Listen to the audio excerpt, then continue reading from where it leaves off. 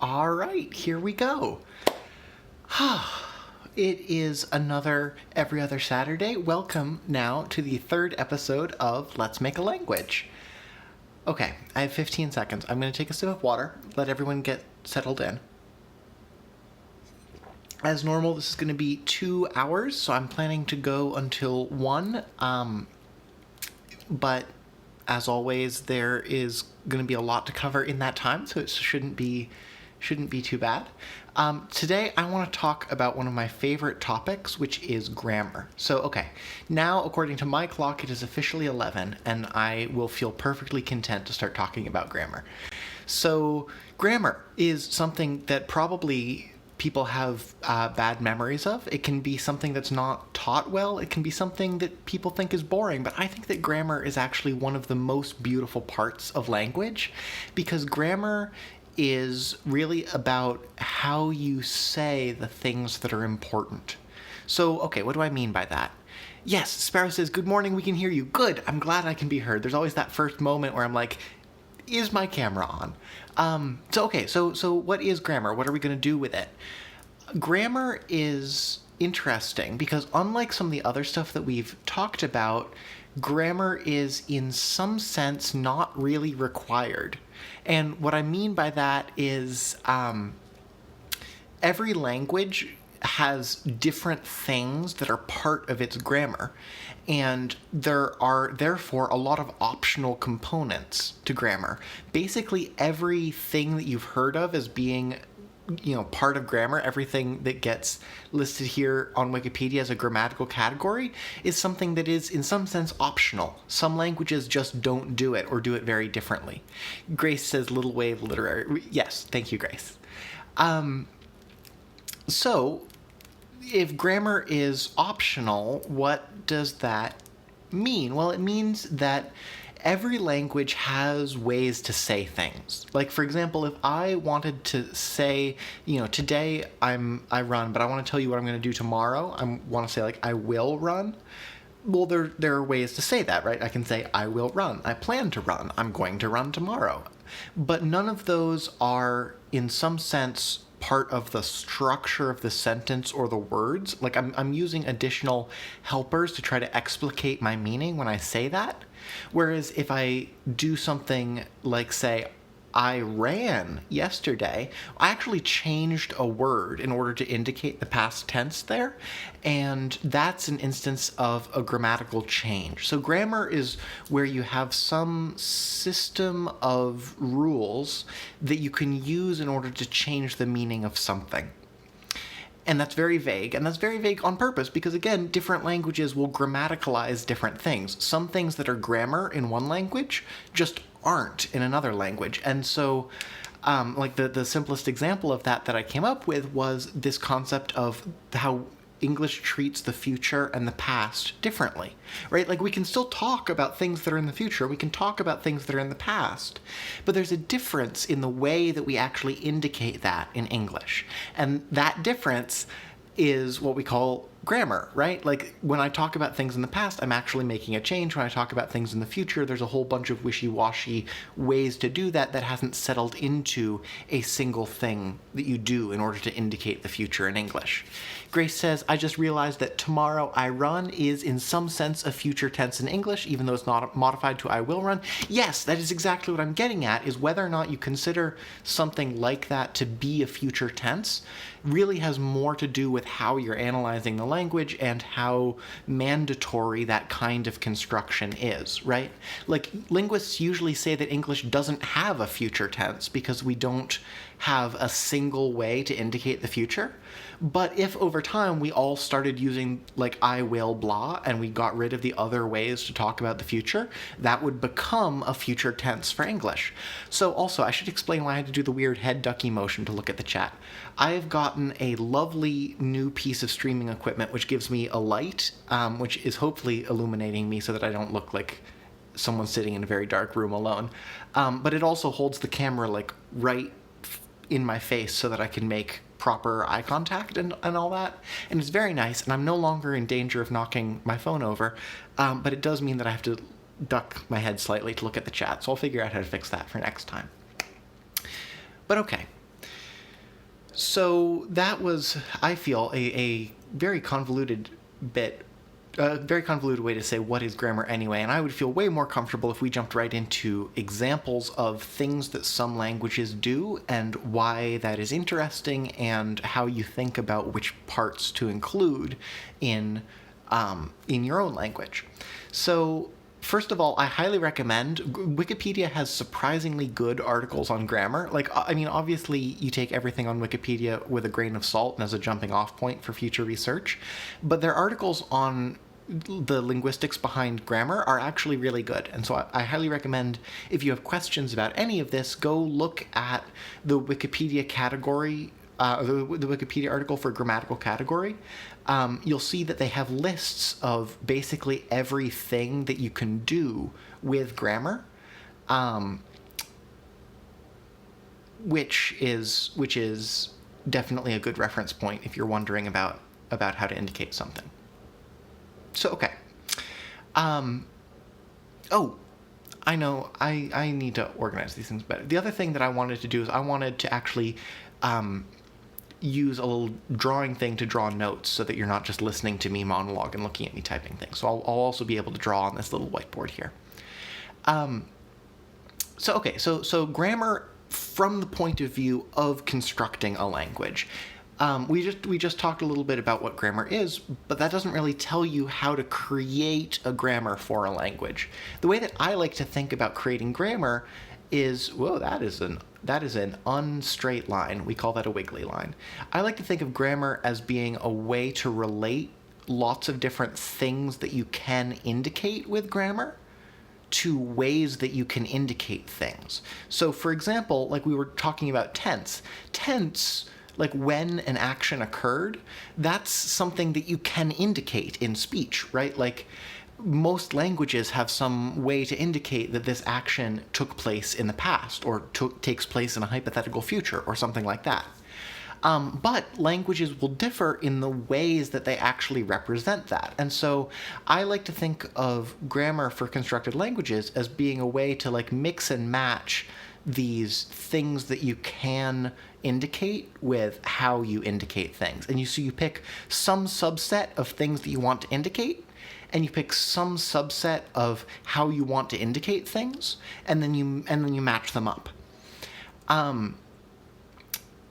So what is it that we can actually indicate? Well, hopping back to the grammatical categories, you can indicate basically anything with grammar. And that's what I was getting at earlier when I said there was a difference between how every language can express things, but only some of those things get grammaticalized. Only some of those things are actually, like, set in particular ways using particular constructs to indicate something in a formal way. So what is it that we grammaticalize? And that's why later on I want to talk about specifically tense, aspect, and mood, because those are the only three things that every human language grammaticalizes to some extent. Everything else is optional. Tense, aspect, and mood, though, are very basic, and we'll talk about them in more detail later.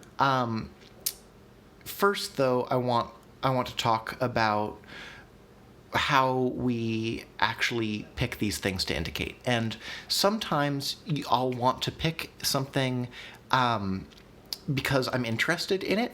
Portbeau says, "Hi, Dark, it's Vesta. Told Adrian I'd been trying to make a conlang and they sent me here. Epic grammar lesson, by the way. Vesta, it's great to have you. Excellent." And I will say that the past episodes are both available on Twitch and on YouTube. See the channel description for links if you want to watch our episodes on getting started, getting organized, and on phonology and on derivational morphology. So what was I talking about?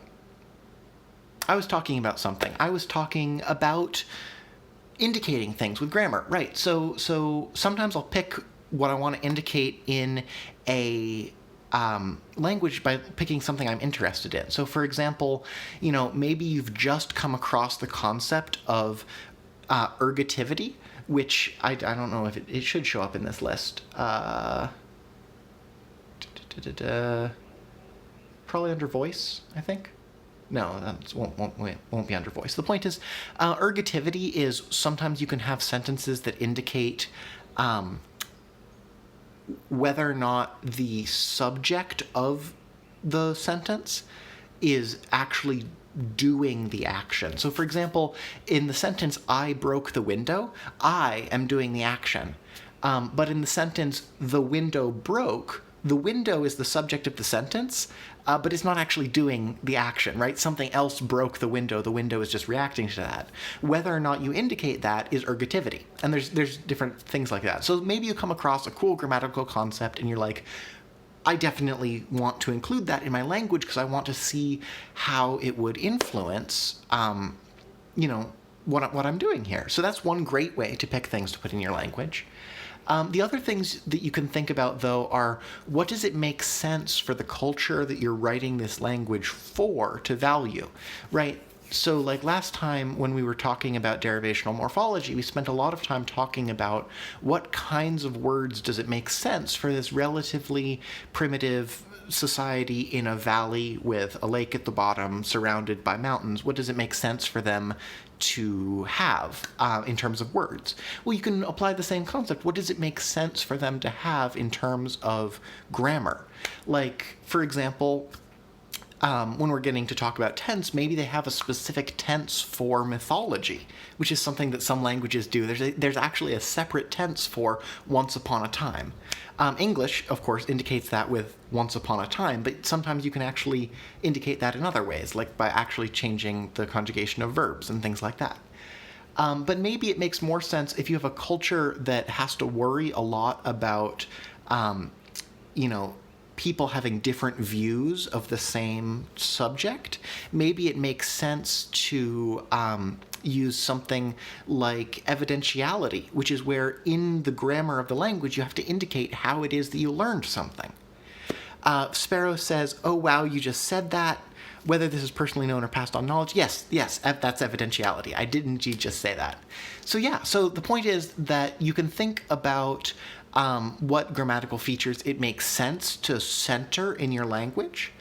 And generally, I suggest pick tense, aspect, and mood, because every language has those three, and then pick 1 to 3 other interesting grammatical features that you want to center, either for aesthetic reasons, for learning purposes, because it makes sense with your culture, or something like that.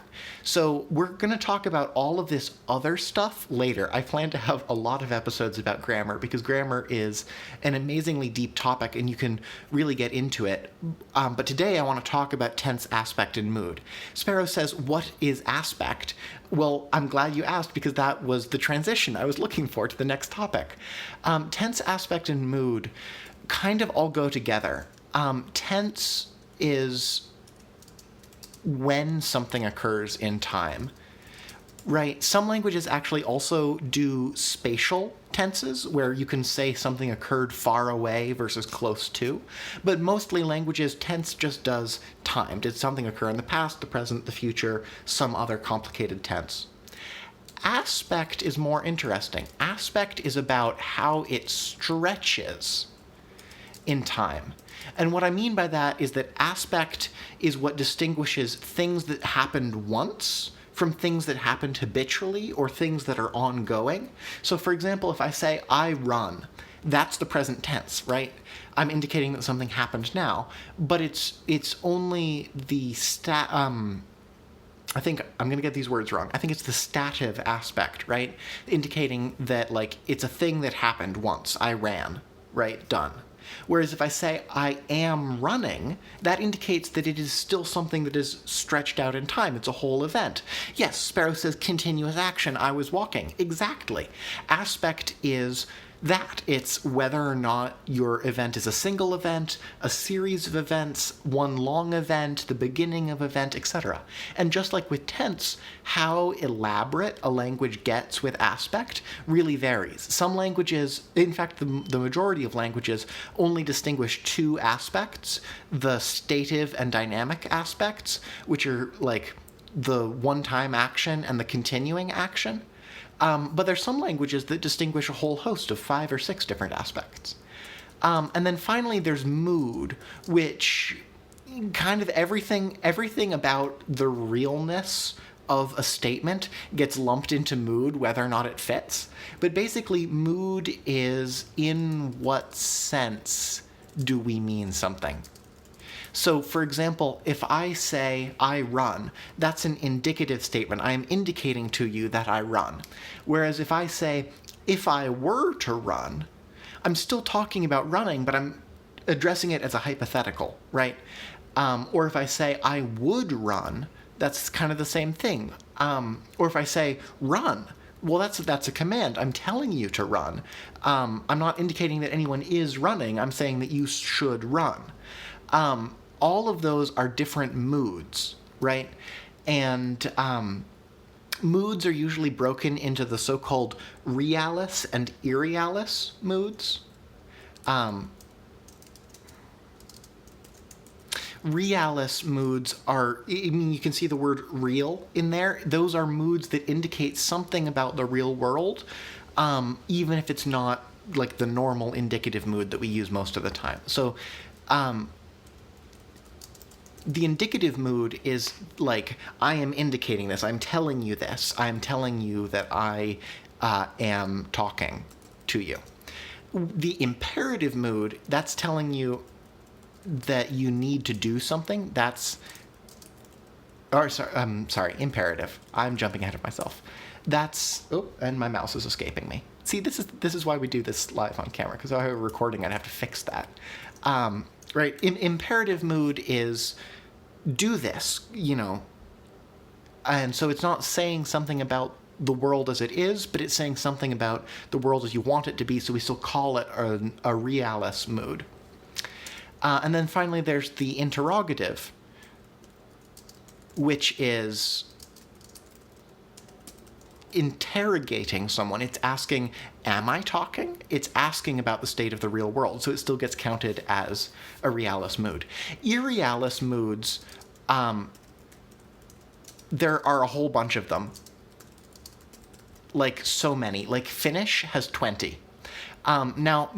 So Finnish, the weird thing about Finnish is that it has so many moods. That's like the one thing that everyone knows about Finnish. Well, I say everyone knows. That's the one, like, really salient thing about Finnish grammar. Sparrow says, in Gaelic, positive and negative are different moods as well. Yes, right? So moods can be, that's why I meant mood is kind of like a catch-all. It catches a lot of other concepts related to in what sense do we mean something. So, right, if you want to go hog wild with moods, you can look at Finnish and you can do 20 different moods that all mean subtly different things, and that's great, and that's fun. But most languages at least have the 3 real moods, the indicative, imperative, and interrogative, and then they'll have some selection of irrealis moods. Sometimes those are all lumped together into the subjunctive, sometimes they're split up into separate parts, like a conditional separate from a subjunctive, etc. But okay, so that was a very brief overview of tense, aspect, and mood. I want to now go and spend a little bit of time talking about tense in detail and actually picking the tense system for our language, right? Like, we've been sitting here for 18 minutes and we haven't actually picked anything for the language that we're all making. So let's actually talk about tense and actually, like, figure out what kind of tense system makes sense. So, tense, when in time something is. That sounds like it could be simple. And, I mean, it is, in fact, simple. I thought I had an infinitely long page here, but I guess I don't. There we go. Cool. New whiteboard. So tense sounds like it could be simple, and it totally can be, right? Like, all of these grammatical things, Most languages will do a simple thing. Some languages will get very complex and intricate with it. And generally, I recommend picking one or two grammatical features to make all elaborate and intricate in your language to add interest. But obviously, if you do that to every grammatical feature, you end up with a very, very complicated language that wouldn't really stay in that form for long. Sparrow says, before currently living people were born could be a tense. Yes, exactly. So the most basic tense description that, this is a timeline, by the way, let's put the past is over there and the future is over there. The most basic, and here's the present. The most basic distinction that every language makes is past versus non-past, or future versus non-future. So if you don't do any other tense things, you should at least have two tenses, either a combined future and present and a past, or a combined past and present and a future. Grace says, in this language, there should be a tense for doing something on a work day versus a rest day. Sparrow says, so linear. I like the idea about rest day versus work day. I wonder if that's... We should come back to that, because that might also touch on aspect, right? Like whether that's an action that you perform every workday versus an action that you're doing once in the past. That might tie into it. But okay, so clearly people want to have tenses other than just past and non-past. So we're going to go with a more complicated system. After past and non-past, languages will have a separate past, present, and future. That's pretty common. But as Sparrow pointed out, you can also have a like long ago in a galaxy far, far away, or once upon a time past, that indicates that something happened, in like a fictionalized or mythological past. And you can also have more mundane varieties of past. Like, for example, lots of languages, including Latin, and therefore a lot of the Romance languages, have a past of the past. And even English does that to some extent with modal auxiliaries, right? Like if I say, today I run, yesterday I ran, the day before that I had run, like that's kind of, had run is kind of even paster, right? So if you want to, you can have a past of the past or a future of the future. Some languages even go wild with this and do full-on relative tenses. So you can they have a indicator for past, present, and future, but then you can combine those to make fine variations, like the future of the past or the past of the future of the present, and things like that.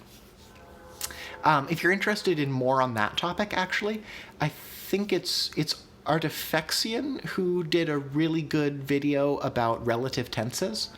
But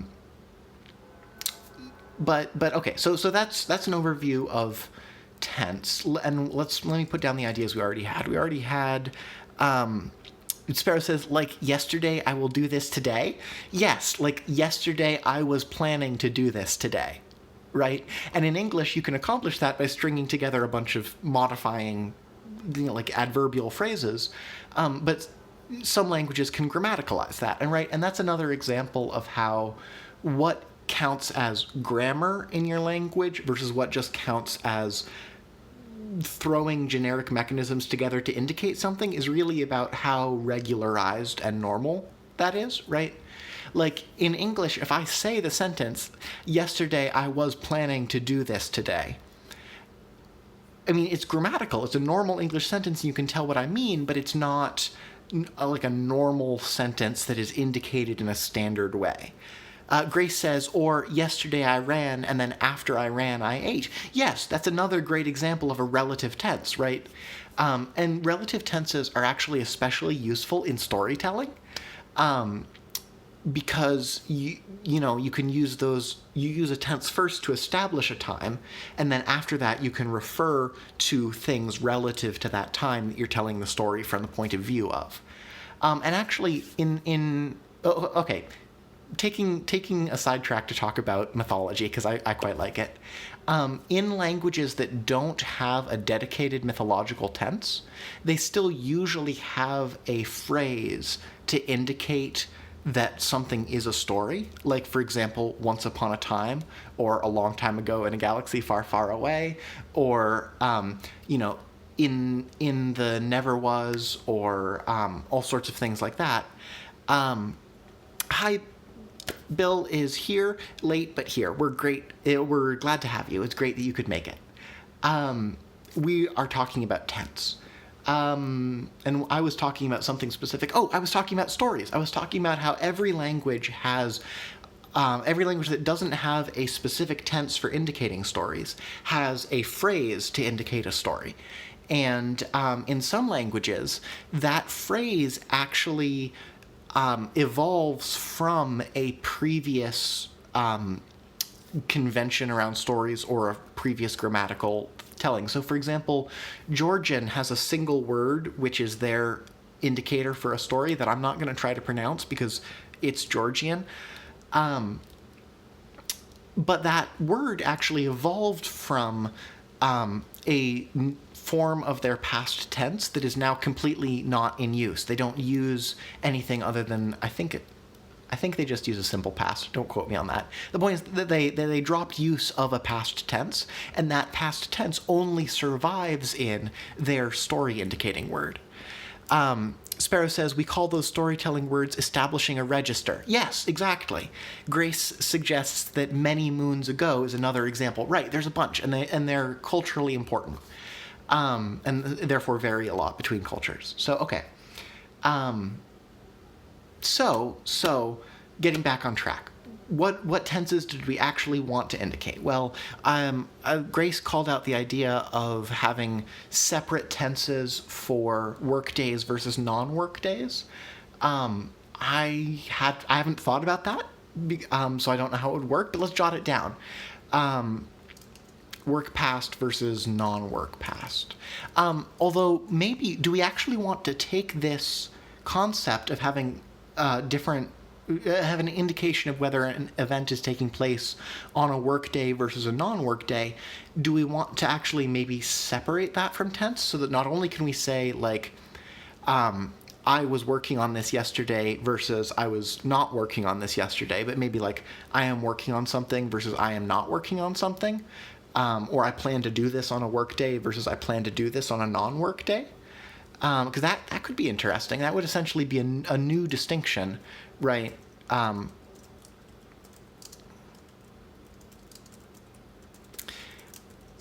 That we could apply to other things. And that gives you, if non-work days are holy days, that also gives you a great way to do your story indicating words. Sparrow says, yes, please, because non-work days are all one single day in our culture. Okay, yeah. So that's what I was just thinking about. Like, maybe this is not, maybe it's now a work non-work distinction, but it stems from like a non-holy holy distinction, right? Because like in lots of places, non-work days are holidays, holy days. And so maybe that's the distinction, and maybe that's actually come to be part of the story indicating words. Maybe you indicate a story by indicating that something took place in like the far past on a holy day, right? That sort of thing. But okay, so I jotted down work non-work distinction, and so we're gonna keep that in mind. And I already have a great idea of how we're gonna handle that. For tense, so right, the basic is past non-past. How do people feel about tense? Do we want to really dive in on tense, or do we want to just go with past non-past, or maybe past, present, future? That's a good, simple, basic tense system. That combined with the work non-work stuff would give us 6 possible tense-ish things. Okay, I'm going to wait for people to actually say things in the chat. But dive. Sparrow says dive. I do not know what that means. Grace says, are there cultures with regular, short-term, cyclical work-free periods which are longer than one day, not holidays, but happening every week or so? Grace, we have non-work days for 2 days in a row every week. So I'm sure I must have understood what you said or else you're being sarcastic and sneaky. Adrian says, I'm ambivalent. Sparrow says, oh, that's true. 6 is a lot. Adrian says, not everyone. Okay, yes, I should clarify, not everyone has 2 rest days every week. And I wasn't trying to not acknowledge that. It's just that, Adrian says businesses are open on weekends and Grace never takes a whole weekend off. Okay, fair enough. Then I'll backpedal that and say that it's the common perception in our culture is that that's how weeks work, although obviously weeks do not actually work like that for many people.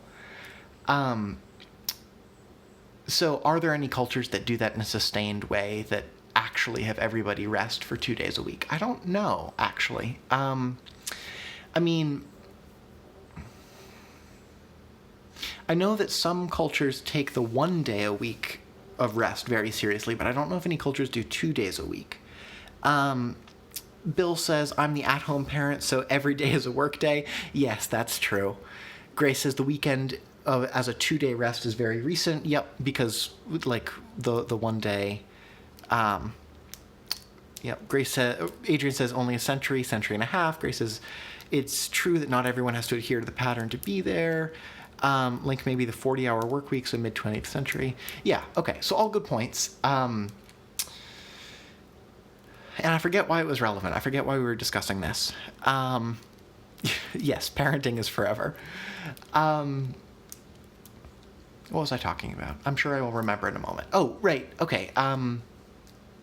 Sparrow had said a moment ago that 6 is a lot for talking about distinctions of tense and work, non-work. 6 is a number. It is a larger number, but one of the things I want to get at with grammatical stuff is that often you can arrange. So we haven't talked at all about how to actually indicate these things, like in actual sentences yet. But one of the things I want to get at when we get there is how if you arrange your modifications to words to kind of be orthogonal, right? So like there's one way to indicate work and non-work, and then there's a separate way to indicate tense. You can have a simpler system that still has a lot of combinations, which is why languages with a lot of combinations, like Finnish with its 20 moods, tend to be more agglutinative. Where you can, that is languages where you can just keep tacking on suffixes until you get the meaning that you wanted. Whereas languages that are not agglutinative, including like English or Chinese, those languages tend to simplify their grammatical distinctions or to use modal auxiliaries to make up for them. Grace says, so for this language, we have to decide if the tense applies to a designated workday, even if you're resting, or a day on which you are actually resting yourself as part of your own personal cycle. Yes, right, you could, so, right, there's 2 ways to do that. You could either do a workday, non-workday distinction based on what everyone calls work and non-work days. Or you could have it be about whether or not you're resting, which would kind of, that would essentially give you a distinction between like work and play, right? That you'd indicate. Portbo is very enthusiastic about agglutination, which is great. I love agglutination too. And when we get there, I want to also tell you about the language change cycle, where languages they go around a big cycle from being agglutinative to being fusional to being isolating, and then back to being agglutinative. And that's one of the really cool things that we've learned. Oh, I've just moved my camera in a bad way. There we go. And that's one of the really cool things that we've learned by analyzing how languages change over time, and I'm going to have a lot of fun talking about it. Grace says, or whether or not you should be resting. Yes, right, okay. So there we go. Hold on. My camera, I apologize for the wobbly view. I just had to plug it back in. I think it's in the right place. Right, yes, so, or whether or not you should be resting. So let's talk about that. What do we want the work, non-work distinction to do? Because I get the feeling that it probably makes sense for it to originally come from distinguishing holy days from non-holy days, but it doesn't have to stay like that, right? This is a kind of a cultural thing about how it would change. So I'm going to take a drink of water and let people indicate in the chat whether they want it to be a culture-wide cycle of weekends versus weekdays, whether they want it to be about whether or not you personally are working or not working, or whether you want it to be about whether you ought to be working or not. So, okay, glass of water.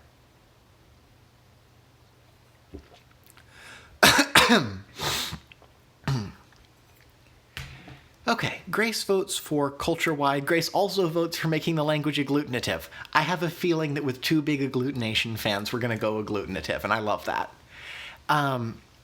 Adrian votes for ought to be. Let me actually tally these up. Oop, that is not how you type a 1.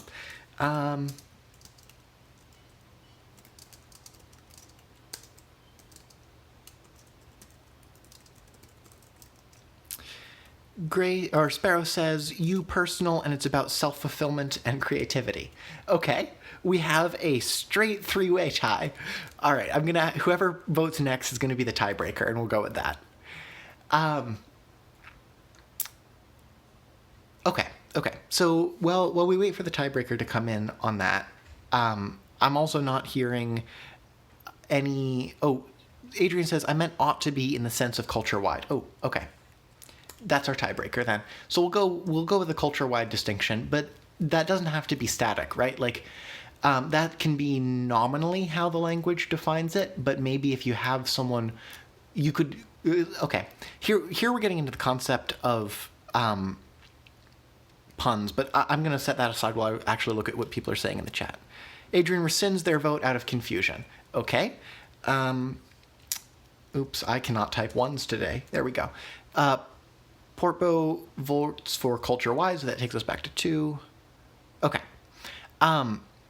So I'm gonna say that tie is broken, and it's gonna be a culture-wide distinction, meaning that there are some days that you use one indicator, and there's some days that you use the other indicator. And wouldn't that be interesting for people trying to learn the language and they think they've learned how to say things and then they show up saying the same things they said yesterday and are told they're wrong? I have to admit, I find that a little bit amusing. Bill says, Bill puts my computer to sleep. Bill says, I vote for this broadcast never going away and you continuing to teach and entertain. I'll vote culture as well. Oh, that's very sweet. We'll see if you're still saying that after 50 more episodes about grammar. But Grace says that we often say something like, it's my Friday, which means that tomorrow is my day off, even if that day is, say, Wednesday or Monday. Yes, right, exactly. That's what I was getting at with, even if the grammatical rules are about saying things on some day versus another day, native speakers who deliberately break the grammatical rules can do so to indicate things. And that gets into something that I wanted to talk about a lot later, which is the word that was on the tip of my tongue 30 seconds ago. How you say something. Register. It's register, right? Because if you don't know the if you don't know the rules of a language and you break the rules, everyone just thinks you're an idiot. But if you've shown that you know the rules of the language and then you choose to break them anyway, you can indicate things by doing that. And that shows up a lot in different registers. I mean, for one thing, take a look at how, like, good authors can just make up words. Like, for example, in the poem The Jabberwocky, or what Shakespeare did, right? Like, the word eyeball was not a word before Shakespeare used it in his play. He just needed a word with that scansion that meant eye, and so he just threw eyeball in there, and now it's part of the English language. So, depending on who's doing the talking and what they're trying to indicate, you can break grammar rules. These aren't, like, laws of the universe rules for the language. They are conventions for communicating, and different people can engage with those conventions in different ways in order to convey stuff. Sparrow says, cromulent. Yes, another example of a perfectly cromulent word that was not here until The Simpsons used it, and now people use the word cromulent.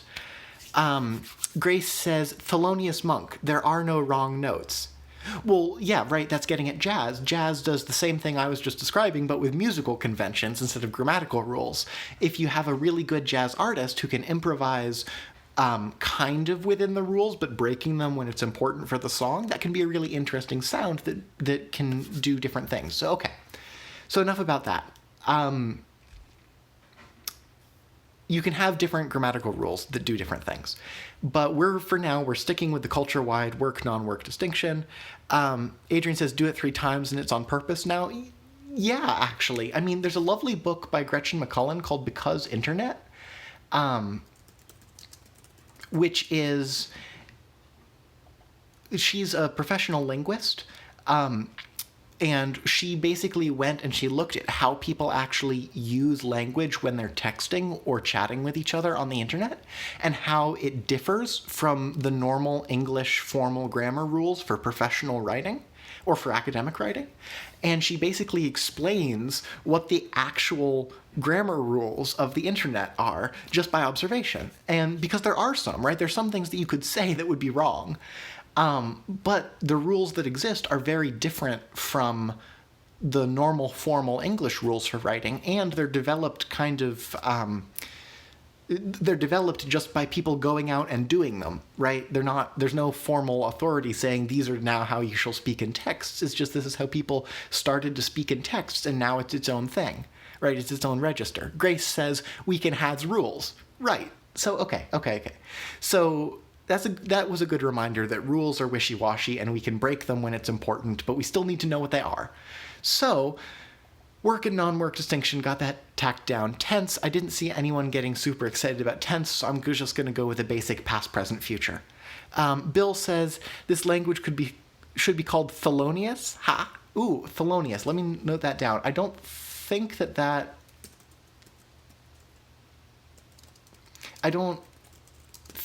actually works with our phonology, but I'll take a look at that in a minute because I don't want to get sidetracked. So that was tense. That's a lot of fun. Let's talk next about aspect, and then I expect aspect to take us maybe another 10 to 15 minutes, maybe 20 minutes if we get super excited about aspect, and then we'll spend a similar amount of time on mood, and then we'll talk about indicating these things, and then we'll use the last bit of the broadcast to continue expanding our vocabulary. So, okay. Aspect. This, I gave a brief overview of this earlier, but aspect is whether or not an event is extending over time, whether it's a single event, whether it's multiple events. Portbo says, it wasn't too tense, quite relaxing, really, thank you. Sparrow says, I don't want to get sidetracked. What mood is that? That's a great question, actually. So apparently I'm going to get sidetracked by that.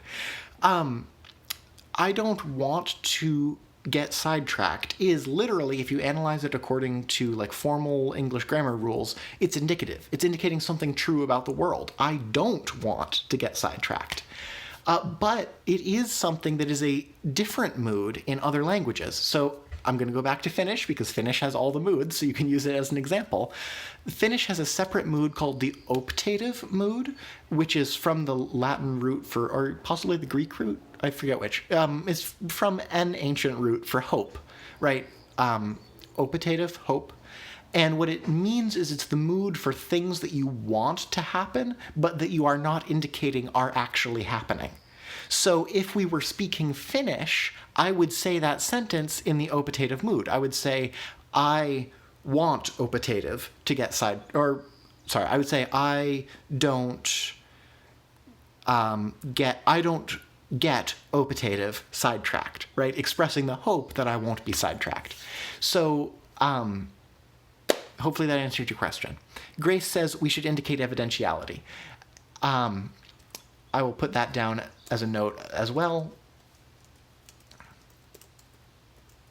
Because I also think that evidentiality is great, but I really want to get tense, aspect, and mood pinned down because those are the 3 things that every language has.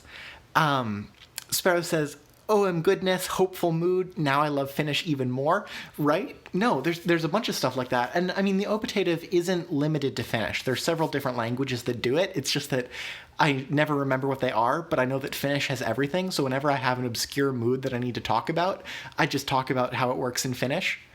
Bill says, it's a desire as well not to want it's a desire as well to not want something to happen that still could. I think that's true. It's a yes, that is true. I see what you mean. Right. Okay. Grace says, I mean, technically the Finnish have a mood for hope, they just don't use it. I mean, people joke about how Finland is very bleak and all the Finns are very reserved. But I've never been to Finland and I've never actually spoken directly to a Finn, so I'm not going to speculate. But okay. Setting aside the evidentiality, but I promise we'll come back to it. Setting aside the moods for now because we'll get to them, but I want to do aspect first. Let's talk about aspect. As I said, most languages that do the most basic aspectual distinction just distinguish the stative from the dynamic, which really means the one-time event from the continuing or ongoing. Languages that do have more aspectual distinctions tend to throw in a habitual. So that's not an action that's ongoing, but it's an action that's repeated multiple times. So for example, if I were to say something like, every Saturday last summer I gave a biscuit to an eagle, that in English, I have to say that with adverbial phrases, but in a language with a habitual, I would just use the past habitual form of the verb to indicate that I gave biscuits to eagles. Grace Alden says there's a joke in Finnish about how the new COVID-19 guidelines of a personal separation distance of 2 meters was making everyone uncomfortable because they weren't used to standing that close. Yes, I saw that one. Sparrow says, is stative different from completed? That is an excellent question, and yes, it is. Some languages will, separately from aspect, indicate whether an action was completed or not, or even whether it was completed successfully or not. Bill says, like a birthday. I assume that's in reference to habitual, in which case, yes, it is habitual to have a birthday every year. But to jump back to stative versus completed, obviously those two concepts are related, but some languages will do static versus dynamic, and then separately whether a event completed successfully or was interrupted or something like that. And I'm trying to remember the word for that. Oh, perfection, right? Whether something actually finished is whether or not it's a perfect action. So like, for example, if you learned Spanish, you'll know that Spanish used to have a perfect distinction, but then they've gotten rid of it in every form except the past tense, which actually a lot of Romance languages did. So that in Spanish, you have the past tense, but then you also have the pluperfect. So the past tense is sometimes called the perfect, and it indicates that something was in the past and it finished. The pluperfect is used for it's in the past and it didn't finish. And in Spanish, that gets mixed up in the habitual distinction. So sometimes if you want to indicate that something was habitual in the past, you would use the pluperfect. Grace chips in with pluscuamperfecto. Yes, that's the Spanish word. So we're getting to the point in grammar where all of the concepts get mashed together, and where you choose to draw the dividing lines is important. But the point is that yes, you can also separately or as part of your aspect system indicate whether things finished, that is, whether they're perfect, or whether they are. Sometimes people will call things that are ongoing imperfect because they're not finished yet, but you can also indicate whether something was interrupted, or you can indicate that, yeah, okay. So that's grammatical perfection, which is very similar to aspect, but usually analyzed differently, but languages can combine the systems. Other aspects.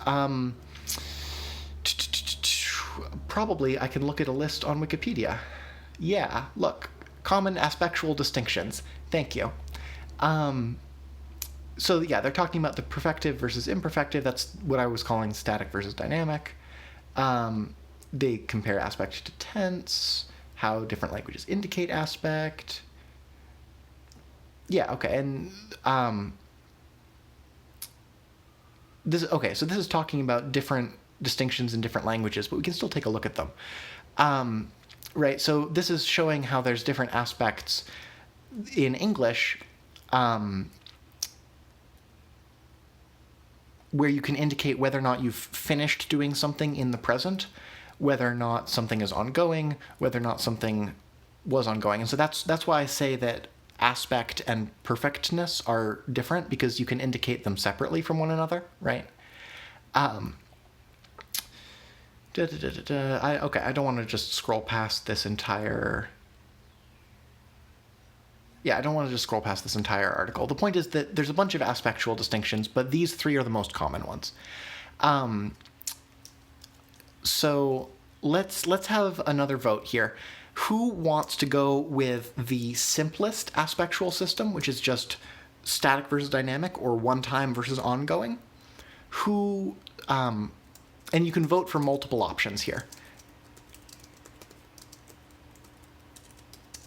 Who wants to have a complex aspect system, which will at the very least include the static, the dynamic, and the habitual, but then we can talk about adding more on as we look through what other languages do?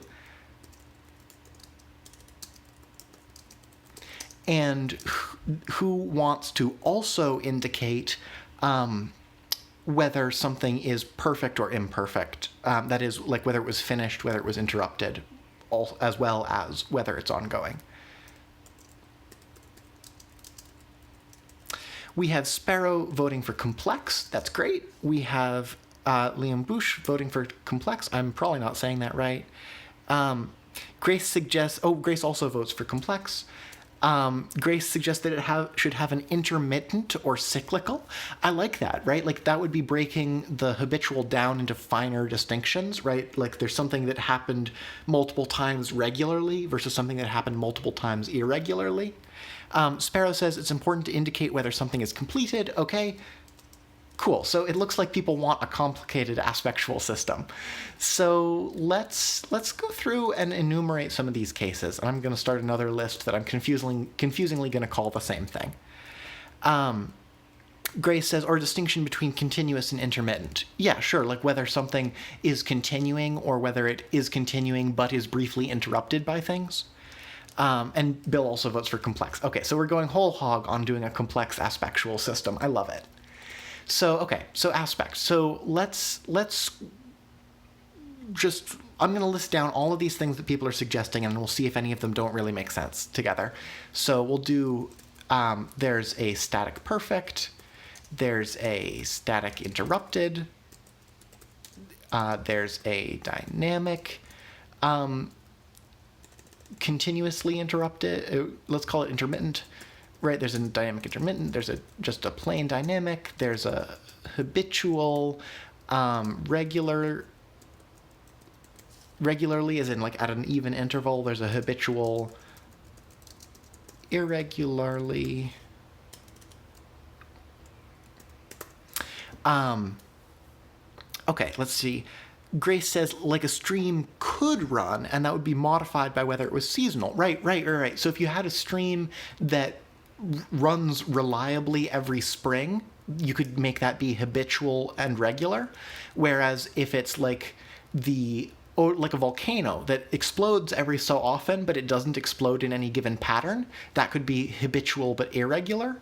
Whereas if the stream was flowing, but then someone dammed it up, that would be like dynamic intermittent.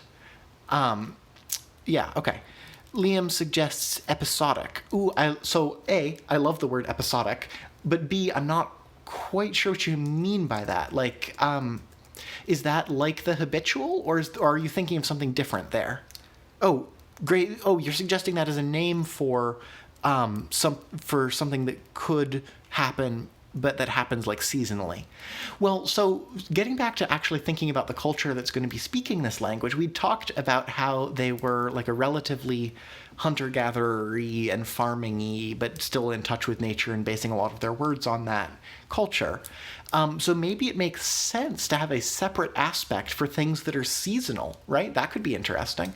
So maybe you have like a habitual regularly, habitual irregularly, and a habitual seasonally.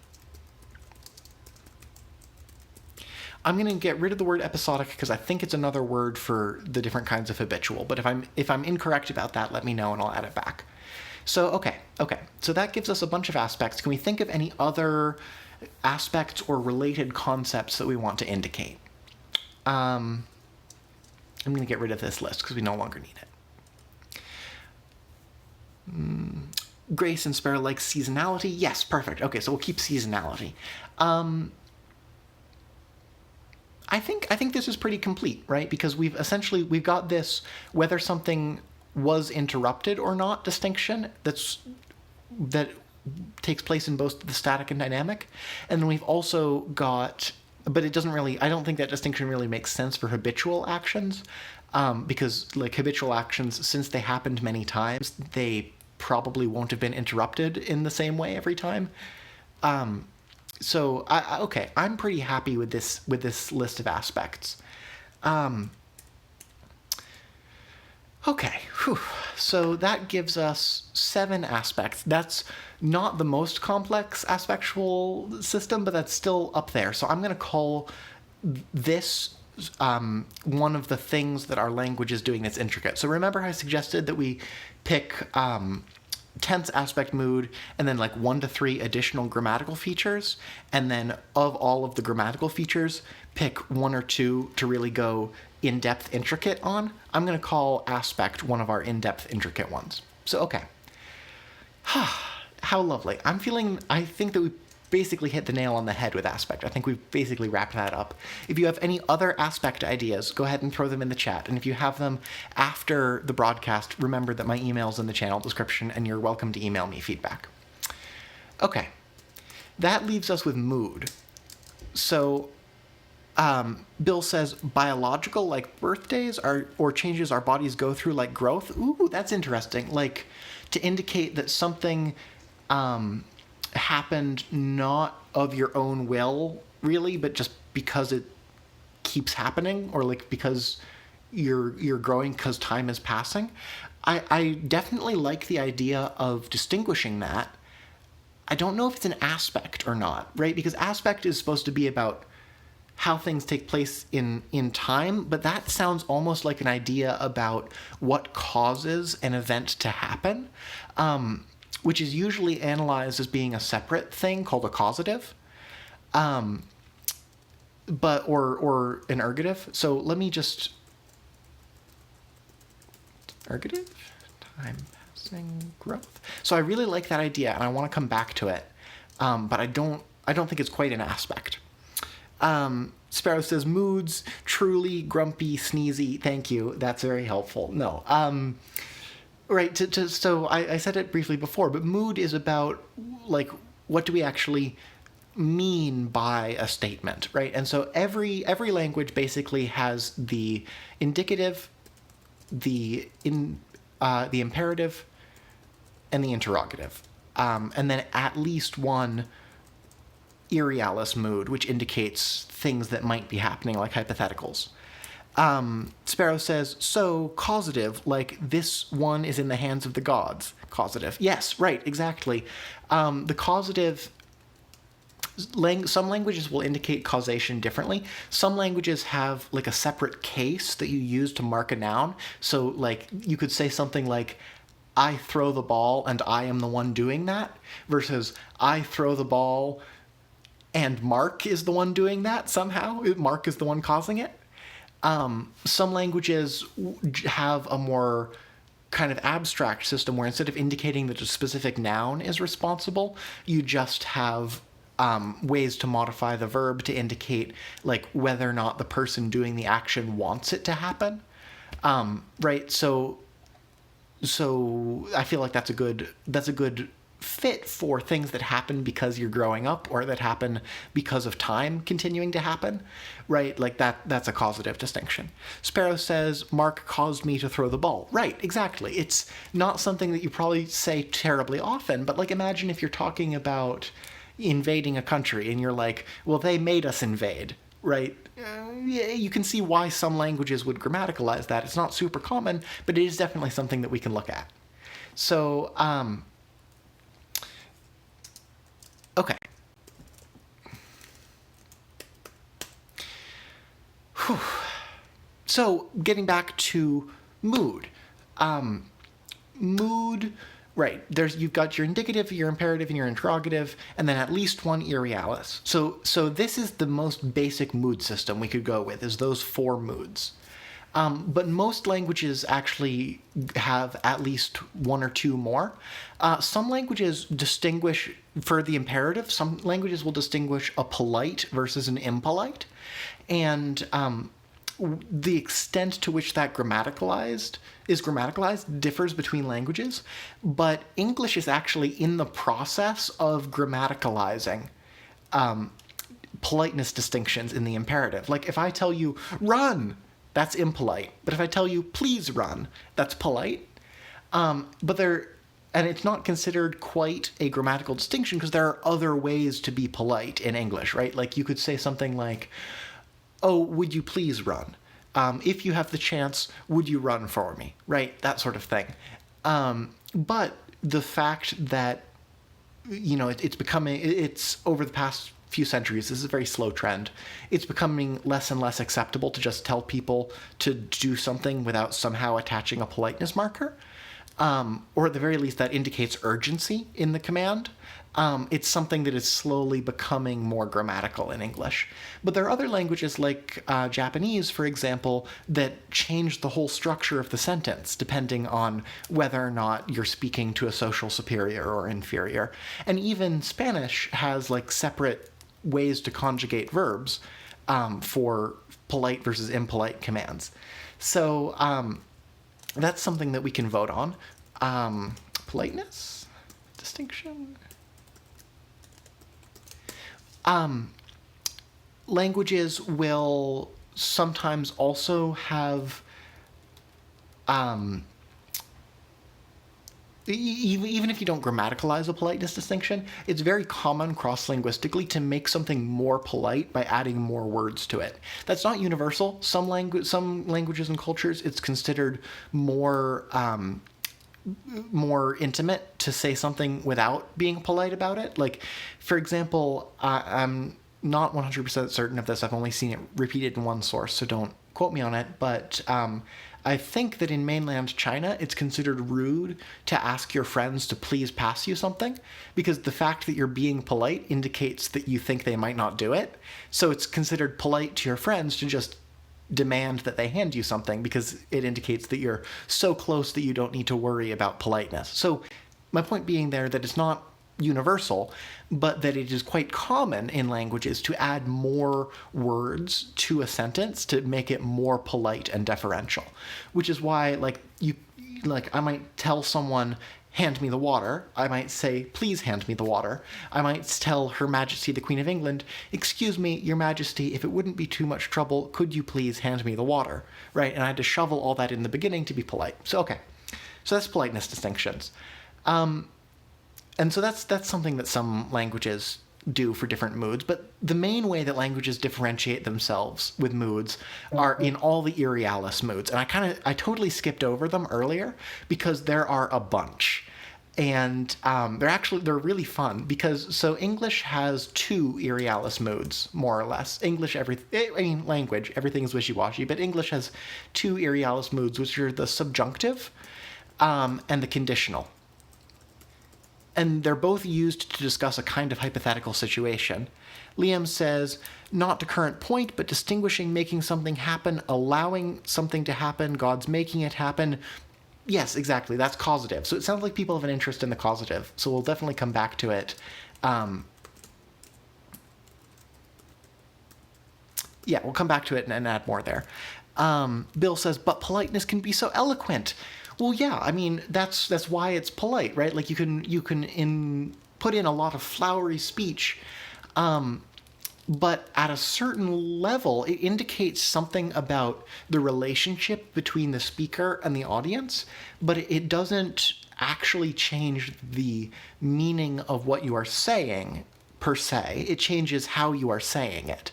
And so, for example, there was a story that I saw a little while ago of a translator at the United Nations who was translating a speech that was being given in Arabic to English.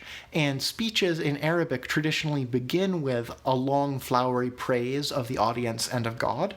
Things like, and again, I do not speak Arabic, and I have not researched this extensively, so I'm sure I'm going to make mistakes, but something along the lines of, you know, thankfully God has permitted you, excellent, gracious people, to be here to listen to my lovely words as I talk about da da da da da da da for the purpose of glorying God, but also in his secular domain to blah blah blah blah, right? And if you are truly trying to do like a high level speech in Arabic, you have to prefix it with several minutes of glorifying the audience and God. And this translator was having a bad day, and in my opinion did a bad translation job, but they chose to translate that into English as "Good morning, ladies and gentlemen." And so that's not a value judgment, right? Like, clearly something was lost there. I don't think it was an accurate translation, but it's the point there is that politeness distinctions can vary a lot between languages, and like with anything that involves, like, both culture and how people interact with status games, it's a touchy, complicated subject. So if you're trying to design a true to life language, one of the things that you should pay attention to is, even if you don't grammaticalize the politeness distinctions, you should still probably know the rules of politeness, because it will definitely change how people say things. Bill says, yes, politicians can be polite. I get it. Ha. Right. Okay. I'll stop talking about that. Okay, so what was I talking about? I was talking about the aerialis moods in English, right? The subjunctive and the conditional. So both of these are used to discuss hypothetical situations, but they're used in different ways. So, for example, take the hypothetical situation. If it were to rain, I would go for a paddle on the lake. I used both the subjunctive and the conditional there. When I said, if it were to rain, that's the subjunctive. It is presupposing a hypothetical situation. So, like, imagine if it were raining. Whereas the second part of the sentence, where I'm continuing the hypothetical by saying how I would react to it, that uses the conditional, right? That's something that I would conditionally do if there were some prerequisite condition. So that's how English handles it. Those are the two aerialis moods. But again, languages handle that differently. So some languages lump those both together into a hypothetical. Okay, a brief moment to rant about terminology. If you are dealing with linguists and a language only has one aerialis mood or has very few aerialis moods, they will probably call that mood the subjunctive, even if it does not quite match how the subjunctive is used in English or in Romance languages. And that's because that dates back to the time when people studying linguistics were all studying Latin. Portso says, my connection is spotting, so I'm going to dip. Very cool and fun. I'm sorry you have to go. You can watch the episodes later. Good luck. Have a good day. It's a lovely, beautiful Saturday. What was I saying? Oh, right. I was saying...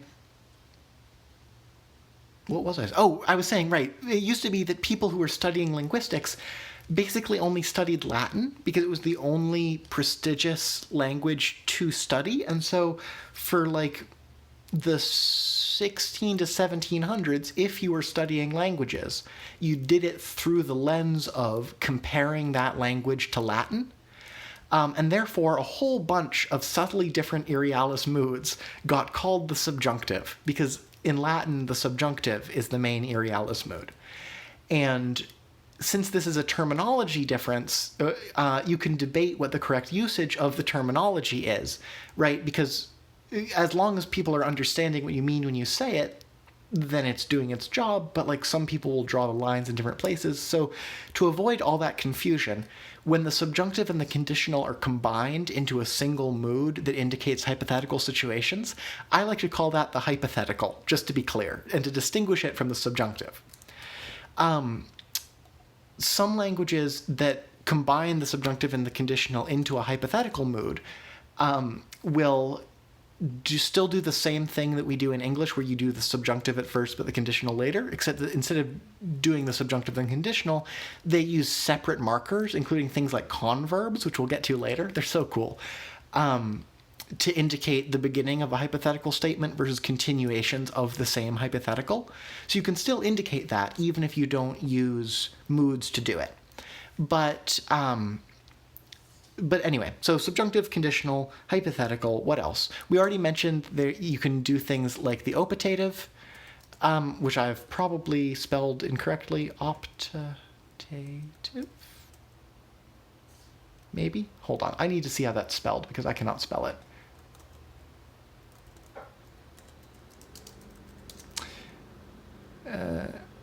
Yeah, optative. But it looks like it's not in... but I did not mean mood either. I meant mood. Okay, so that is how it's spelled. But apparently it's not in my spelling dictionary. Oh, thank you, Sparrow. That is how it's spelled. Okay. We already knew about the optative, which is for something that you hope will happen. Some languages also have a separate mood. It's called different things in different places. I'm going to call it the predicted. It's not what you hope will happen, but what you expect to happen, even though it hasn't happened yet. Which sounds very similar to the future, but on the one hand, well, you can use the future to talk about what you are planning or going to do. You would use the predicted mood for things that you predict are going to happen, but that you don't plan to intervene in, usually in the near future. So that would be something like, I bet he's going to score the goal, or I bet that cat knocks that glass off that table. Right? You're not talking about something that has happened yet. You're also not really talking about the future. You're talking about something that's about to happen, but you're predicting where it's going to go. So there you go. What else? There are a bunch of other moods. And again, Wikipedia is a surprisingly good resource for grammatical stuff. And it includes a big list of lots of different Irialis moods, and some of them are particularly interesting. Like, so we talked about the imperative, which is giving someone a command to do something, but some languages will even have a separate mood for orders to someone who is not the listener, and that's called the jussive, which is one of my favorite little-known moods.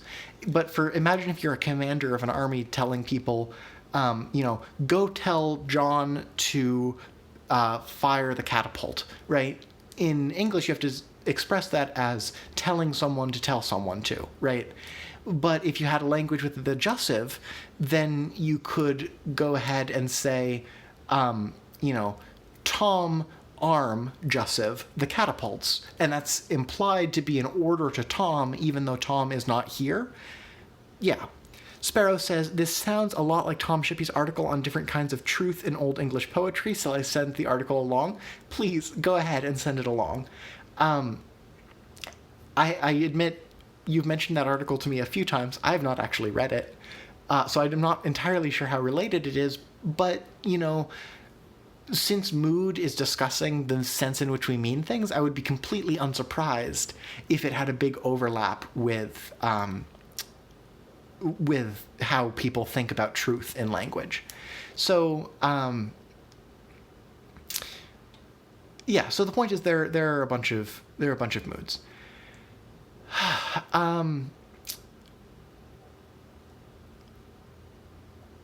Let's take another look at this table of contents. I've talked about the subjunctive, the conditional, the optative, the imperative, the jussive. Potential is what I called predicted. Well, I like potential too. Let's use potential as the word instead. I talked about, I'll skip the presumptive for now because I don't think it's interesting. I talked about the hypothetical. The inferential is like the potential, but it implies that you're inferring something based on a piece of evidence. So, like, for example, if you said, I think that that cat is going to knock that glass off that table because I know that cats tend to do that, that would use the inferential mood instead. Inferential, that's not how you spell inferential either. There we go.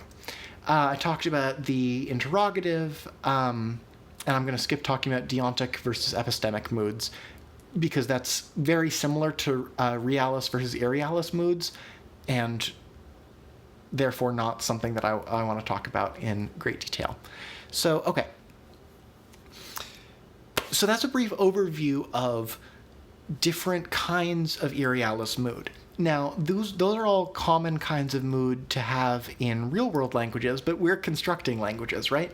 So not only can we use any of these moods that have been listed here, but we can also draw our own distinctions, right? So, for example, the potential, the inferential, the optative, those are all similar to each other, right? Because they're talking about potential future actions. But you could potentially, if you wanted to, draw the lines in different places between those. So, like, for example, maybe we have an optative for things that you hope will happen, a inferential for things that you actually predict will happen, and a disoptative for things that you don't want to happen. That would be a perfectly cromulent way to organize your irrealis moods. Or maybe you do go with the subjunctive conditional distinction, but then you split the conditional into different parts. Like, maybe you have the conditional indicate whether or not you will do something for real, or whether or not you're speculating about something you might do, right?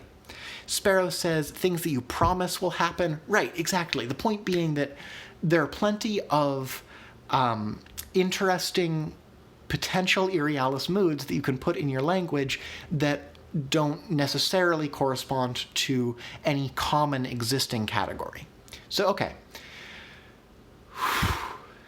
Let us now do a vote. I'm going to list all of the irrealis moods that we talked about. And I'm going to let you can vote for as many things as you want to vote for, or you can vote to split something up because you want to, right. Or you can opt to split something up because you want to draw the barrier in a different place. Vote for as many or as little things as you like, and then we'll pick the most common moods that actually make sense and work together, and that'll be the mood system for our language. Yeah, so go ahead and make your votes. Once that's happened, we'll have figured out the tense aspect in mood, which is everything I wanted to accomplish today. So that'll be the end of that. But then we can actually talk about what else do we want to indicate. We've already talked about wanting to indicate the causative, the whole workday versus non-workday, evidentiality. We can talk about those, and then we can talk about how we're actually going to indicate these things. I'll drop in the promissory as well, which I'll use as the word for things you promise will happen. That's also not how you spell promissory. If there's one disadvantage, how do you spell promissory? If there's one disadvantage, that's how you spell promissory. To doing this live, it's that you get to see how much I misspell things. But okay. Oh, good, votes. Sparrow wants a promissory. My cursor is in the wrong place. 2 S's. Grace wants an imperative and a jussive, and also an inferential. Inferential, jussive. We're definitely gonna have an imperative. I'm using my I'm the one writing the notes powers here. We're definitely gonna have an imperative because they're pretty useful. Although inferential could instead be part of our evidentiary system. Yes, that's a good point. Maybe it makes sense to either combine this with the evidential system so that maybe you indicate, maybe in your evidentials you can indicate either I directly saw this, or I'm inferring that this is going to happen, or I promise this will happen, or I want you to make this happen, to kind of combine evidential with mood. Imperative, only 2 I's. Imperative. Yes, thank you. You've just nailed in my point about not spelling things. Sparrow wants a conditional. If these conditions are met, this is going to happen. Okay. So that gives us a good set of moods. So we've got the imperative and the jussive. We've got the inferential, the promissory, and the conditional. But if we want to combine this system with the evidentiality system, which I do like the sound of, then maybe we really want to organize it like this.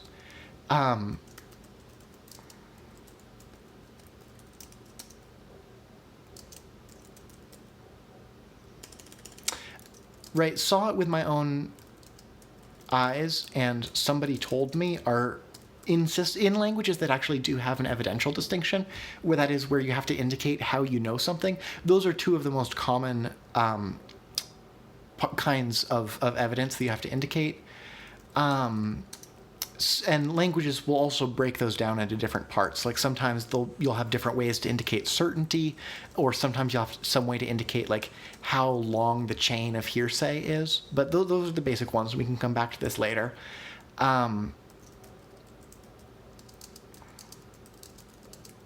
Make it happen, right? Because when you think about it, that is kind of like evidence. It's saying this isn't really true, but I promise to make it true.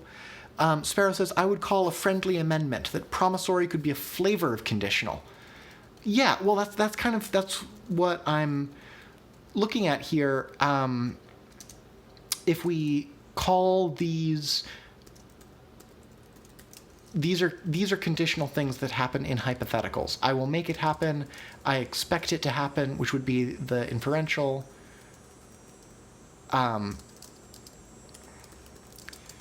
Happen based on something. And then you could even, if you really wanted to, you could even stick the imperative and the jussive in here, right? This will happen if you do this.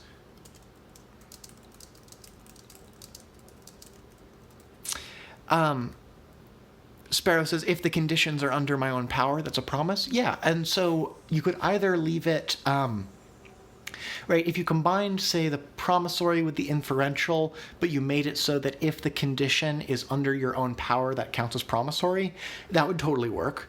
Or maybe you indicate promissory and inferential, like using two actual different grammatical markers. And again, we'll get to grammatical markers in a moment. So that's a potential, but so we've got conditional. If we're going to have a conditional, we should also throw in a subjunctive, a subjunctive to introduce hypotheticals. So that leaves us with a hypothetical combined mood evidential system where you either saw it, someone told it to you, you're proposing it hypothetically, you promise to make it happen, you expect it to happen, you're getting someone else to make it happen.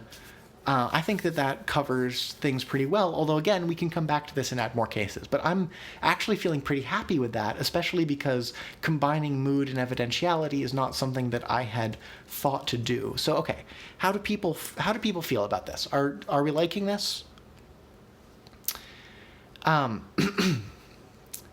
If people are not satisfied here, we can go and we can talk in further detail about what this looks like. We can look at how other languages do moods. If people are satisfied, then I will go into how do we actually indicate these things, or actually maybe that makes it time to talk about causatives. But okay, well, no, I'm going to put off causatives for the next episode. And I'm sorry if that's disappointing, but I want to make sure that I can do some research first, because I know that some languages indicate causatives with a case, which makes it a bit different from the other stuff we're indicating here. But I don't know if any languages do it differently. So I want to research causatives between episodes. Sparrow says that she likes this potential organization. So I'm going to go ahead and call that our combined mood evidentiality system. And that's also not how you spell evidentiality. And my dictionary does not know how to spell evidentiality. Great. I'm sure someone will correct me in a moment. But okay. So there we go. So now we know what we're doing for tense, aspect, and mood. And then we've also picked up the work, non-work, and causative distinctions that we'll go into more detail on later. So let me actually move this up here. And then we did evidentiality. So and then that actually fits right into what I'd suggested earlier, right? If we do evidentiality, causation, and the work, non-work distinction as our three unusual grammatical things for verbs, then that leaves us right where we want to be, with one simple tense system, one complicated aspectual system, and one moderately complicated mood system. Moods are usually more complicated, so that's entirely in character. So so we've got our tense, aspect, and mood.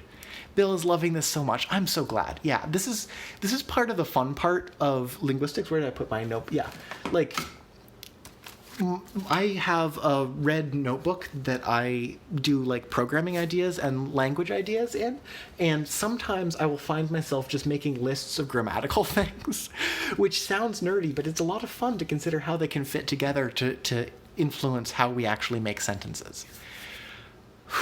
Okay, so this is our tense, aspect, and mood. Now, how are we going to actually indicate these things in the language? We've been talking at a very general level about what the language is going to indicate, but we haven't actually said how it indicates it. And the answer is that we can actually indicate it in basically all the ways that we already talked about when we were talking about derivational morphology, right? So you have things like ablaut, you have things like reduplication, you have things like prefixes and suffixes, and you can kind of mix and match those as you like. Now, ablaut with something that we talked about way back in the first episode on phonology, and we have two classes of vowels that we can use to switch between it, but those two classes of vowels will probably work best for something where we want to distinguish two things. And looking at our tense, aspect, and mood, all of these distinguish more than two things. So my first thought is that we should actually distinguish the work, non-work, which seems, at least for now, as though it probably has two different modes. It seems like that could be distinguished with ablaut. Or maybe we'll find something else where ablaut works better. Actually, we could also use it for whether something got interrupted or not. That would be interesting, actually. Do I like that better? So here's the thing. Ablaut changes all of the vowel sounds in a word, right? And so now that I think about it, I worry if we used it for the work, non-work distinction, that would essentially mean that since most stuff that you talk about is in the present tense, that would mostly mean that for an entire day you just switch all your vowels, which would be amusing, but Sparrow says all. Oh, I realize I maybe did not talk about this in sufficient detail. Let me pop back over to our intro document. And so there's this little thing that I slipped in there because I wanted to do it and I like to talk about it, which is vowel harmony, right? So vowel harmony is a concept in a lot of languages.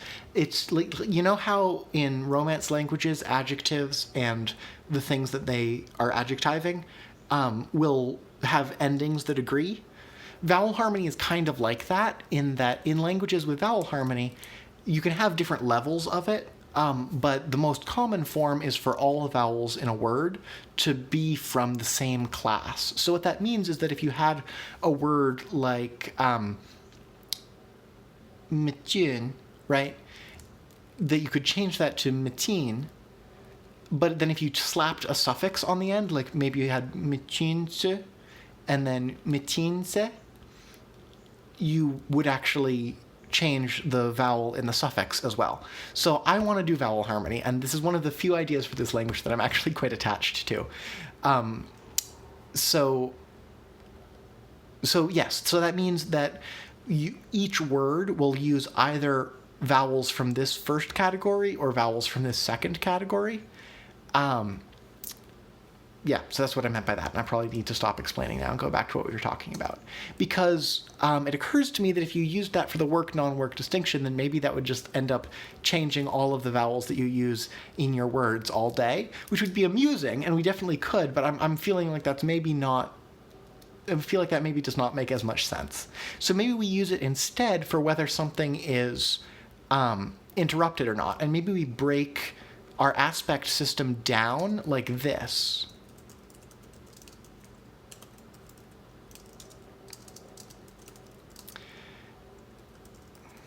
And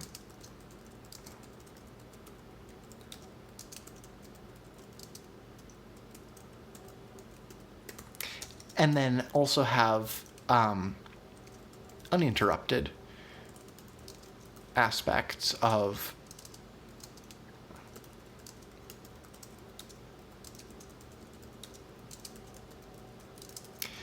sorry, it's hard to type and talk at the same time, which you'd think would have prevented me from actually starting a show where the premise is that I type and talk at the same time. But you think you'd think you would like to imagine that I was so sensible. But if we break down our aspects like that, that lets us use ablaut to indicate whether something was interrupted or uninterrupted, and then have like related suffixes. Like the suffix for static can be the same suffix, but then like the vowel in it changes depending on whether something is interrupted or uninterrupted. So I like that idea. But what I was actually talking about, right, was saying that we have all the same ways that we can modify words that were used in derivational morphology. You can use all of those same things in grammar.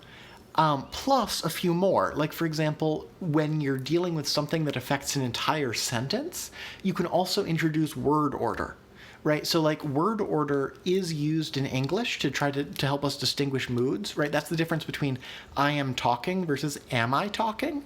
Those are the same words. I mean, yeah, you say them a little differently, but the most noticeable change is that you shuffle them around in the sentence, right?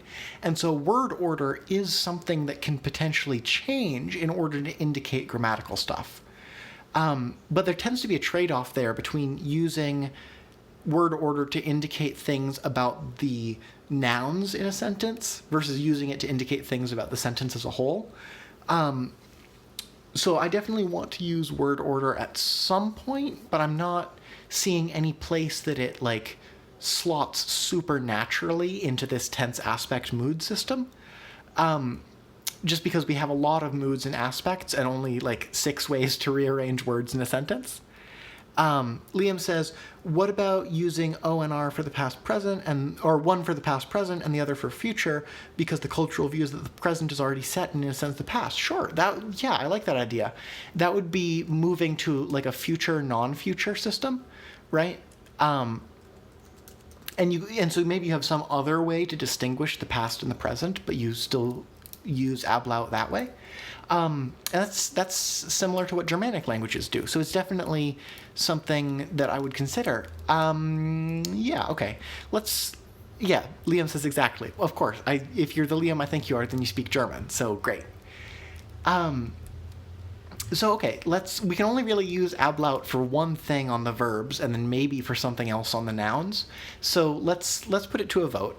Do we want to use ablaut to indicate tense, or something that is something about tense, although there'll probably be another tense distinction for past and present, or something about aspect? And I'm going to misspell ablaut. Yeah, I'm not even going to try to spell ablaut. I'm just going to call this one vote. Tense aspect. So, okay. I'm going to keep talking for a little bit, but go ahead and let your votes trickle in. Liam wants tense.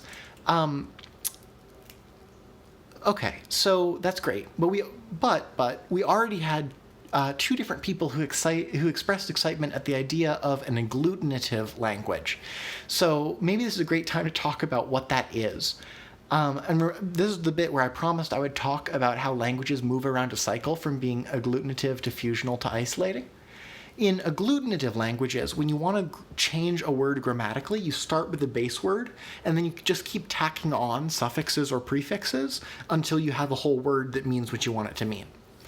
And that's actually great for systems like this that have two complicated, unrelated aspects of, or two complicated, unrelated dimensions of aspect versus mood, right? If we just had completely separate endings, we could come up with one ending for each of these, and then you would pick one ending for aspect and one ending for mood. Sparrow says tense because aspect would be great for agglutinating. Okay, so we'll use ablaut for tense. That's great. Okay, perfect. So that's what agglutination is. And that might sound pretty natural, and I think we're going to go with it because several people have expressed enthusiasm about it. But what are the other options? Like, what is a fusional language or an isolating language? Fusional languages are what happens to agglutinative languages when you say them over and over and over again. Basically, what happens if there's a really common set of suffixes that usually go together to indicate something, over time they'll fuse together until they're a single suffix that indicates all of those things. So, for example, Spanish does that, right? So let me give examples of each of these kinds of languages. Agglutinating would be like Finnish, or like some of the Native American languages, right? You just tack things on, including, I think, Quechua. Fusional is where those agglutinative endings have gotten, over time, fused together into a single ending. And so that's things like Spanish, but also a lot of Romance languages. And then you have isolating. Isolating languages don't add anything to the verb at all. Instead, they add helper words, either before or after the verb to go along with it. And that is actually English, right? Like, yes, English still has a few fusional touches about it, like the way that we indicate plurals. But for the most part, in English sentences, if you need to indicate something beyond, like, plain, is this in the past or not, you need to do so by adding in helper words. Modal auxiliary verbs is what they're called when you add an additional verb that doesn't actually, like, do anything itself. It just changes how you interpret the other verbs. And so English is probably the most common example. Well, no, I shouldn't say most common, because another example of an isolating language is Mandarin Chinese. So English is probably the isolating language that we're most familiar with. But another example would be Mandarin Chinese. And the thing is, like, fusional languages turn into isolating languages over time, because as the suffixes get shorter and shorter and more similar, it becomes easier to mishear people. And so people start adding additional words to clarify until eventually the endings disappear entirely and you're left with just the clarifying words. But then isolating languages over time turn into agglutinating languages because those words that were initially just separate words start getting chunked onto the verb themselves. So, like, right now in English we say, I will go to the store tomorrow. But in a few hundred years or a few thousand years, depending on how fast the change happens, in some future English, we might just prefix, like, wi onto a verb to make it the future. And boom, now English has a future tense. So this cycle of agglutinating, fusional, isolating is one that all language families go around over time. It's pretty slow, though, right? So, like, it's not as though every 100 years you're changing it around, but there is good historical evidence that languages tend to move around the cycle over time. Okay, so great. So we know we're going to use ablaut for tense, and we know that we're going to use agglutinative endings for everything else. So, okay, so let me start. I should have made these tables to begin with. Let me make this into a table where we say that the past is indicated, say, by, or the past and present is indicated by, let's use the rounded vowels.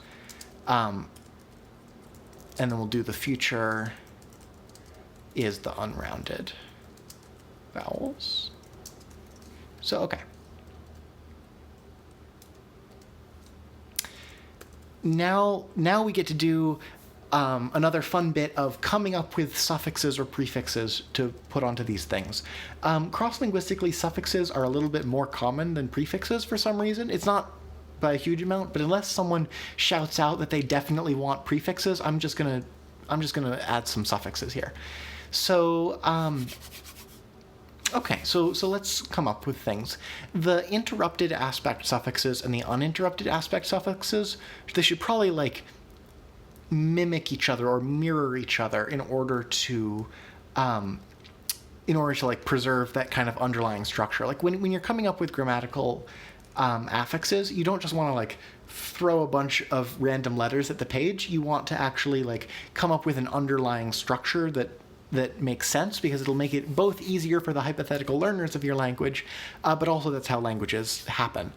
Bill says the phonetical circle of life. Yes, that is exactly what it is. So with that in mind, let's think about suffixes. Suffixes for common things tend to be fairly short, right? And you can even, if you have something that is like the most common form of something, it can even go around unsuffixed. So maybe like static perfect is the most common form of something. That's something happened once and finished, which is a pretty common thing to say. So maybe we want to indicate that that's unsuffixed.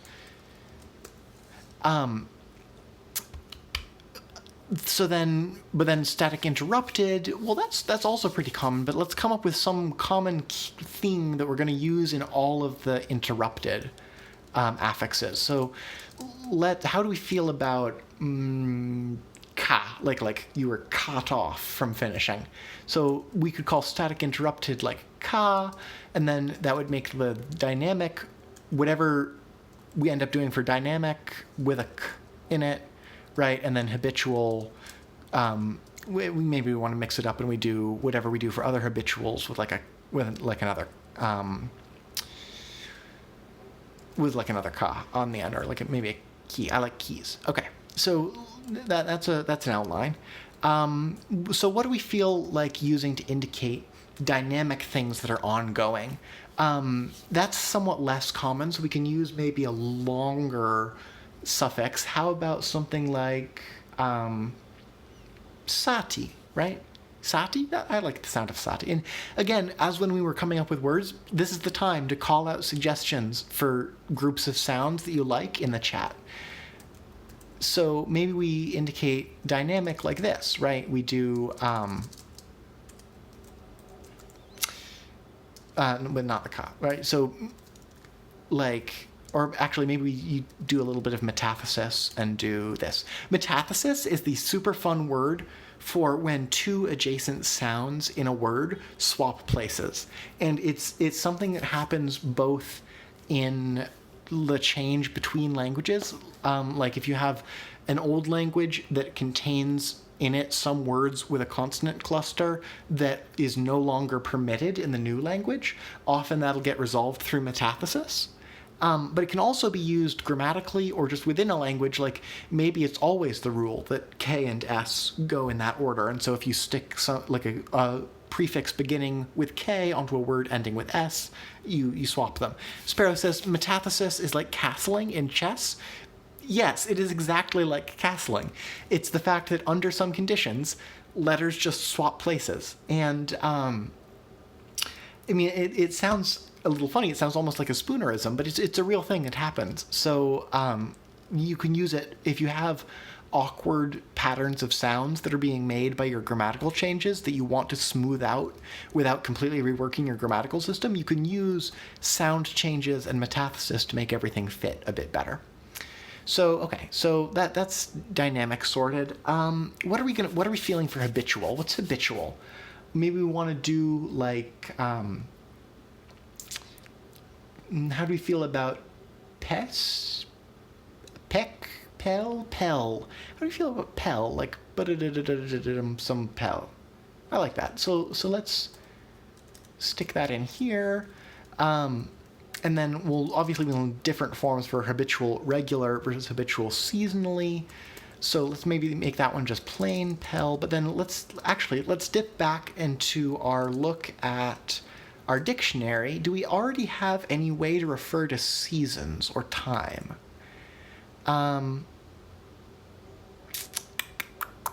I don't think we did anything about seasons. So let me throw that in our list of things that we need to make words for, right? Is words for the seasons. But for now, yeah, we could just come up with something. But I like coming up with, yeah. So let's come up with a suffix, and then we'll also use that suffix in the words that we come up with for the seasons. So, actually, let me save that first. So, what kind of suffix are we feeling like? Something like pel, but that indicates seasonality. How do we feel about? Did we end up including ha in the language? I think we did. Fricative, yeah. So how do we feel about something like gel, right? Like pel gel. Okay, so Sparrow says, do we have temperature words which relate to seasons? Right, that's what I was looking for. I don't think we have temperature words either. So that's something we'll have to do as well. But we have 15 minutes left. Okay, so I promised that we were going to do some more expanding our vocabulary, and we've only got 15 minutes left, so I'm going to leave coming up with suffixes for the mood and evidentiality system for next time. So I'm probably actually just going to fill these in before our next episode, and we'll go over them in the beginning, and then move on to talking about our next grammar topic, which will probably end up being talking about the causative, and then maybe getting into things that get indicated about nouns, like subjects and objects and word order and that sort of thing. Because once we know how to conjugate verbs and we know how to conjugate nouns, then we can start making actual example sentences with the vocabulary that we've made, and then that'll give us some place to go from there. So, okay, so I'm going to fill in suffixes for the mood and evidentiality system in between sessions, and I'll show them to you 2 weeks from now. But in the last 15 minutes we have, let's continue expanding our vocabulary. Let's actually come up with those seasons words. So we already used pel and gel. We already have lots of words with p's in them. Maybe we want to use gel as in the seasons. So let me just brainstorm. Oh, I was also going to sort this, wasn't I? I didn't end up sorting it. That's unfortunate. So let's actually think, brainstorm. So feel free to shout out things in the chat, but we've got like gel, schel, sigel. I like sigel for like season as in period of time, right? That just feels nice for some reason. Oh, Liam points out animals. Oh yes, we have some words for animals, I thought, but maybe we didn't fill those in. Okay, yeah, we have a word for prey animal, but we don't have any words for actual specific animals. So you're right, that's another thing that we definitely need to indicate. Okay, what about specific seasons? So let's think. So we're used to thinking about there being 4 seasons, right? Like winter, spring, summer, fall.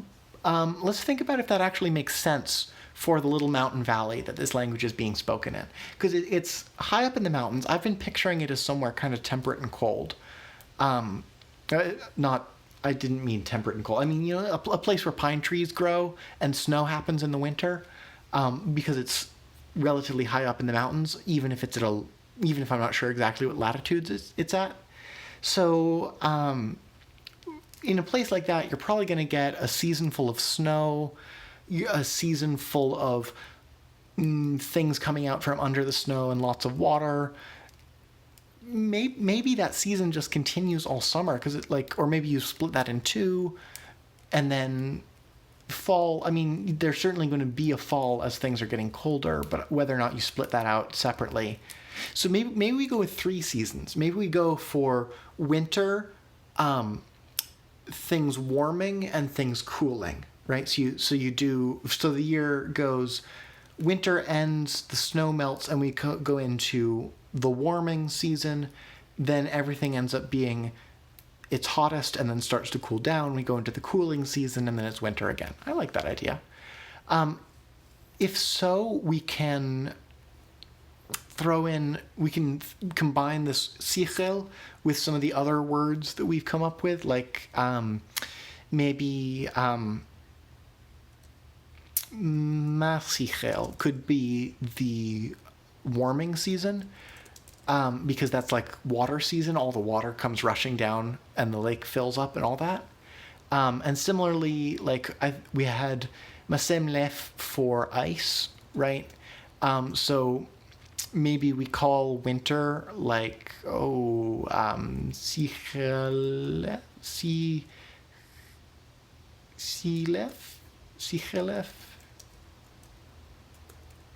let's call it sichelef, which is like the season of ice. And then maybe we call, what do we want to do for the cooling season? Well, that's also the season of like harvesting and stocking up for the winter, right? So maybe we grab like the word for hunt, which I know we came up with and which I put here somewhere. I definitely should have sorted this, and I completely forgot to. So we've got here a target of a hunt. Is mes lemes? Oh no, lemes is like the related animal to a thing. So we've got valleys and catching, fion, fios, floss being used as the concept of things. Bill says, but then we can't translate James Taylor's song. I feel like I'm missing an obvious cultural reference. James Taylor's song.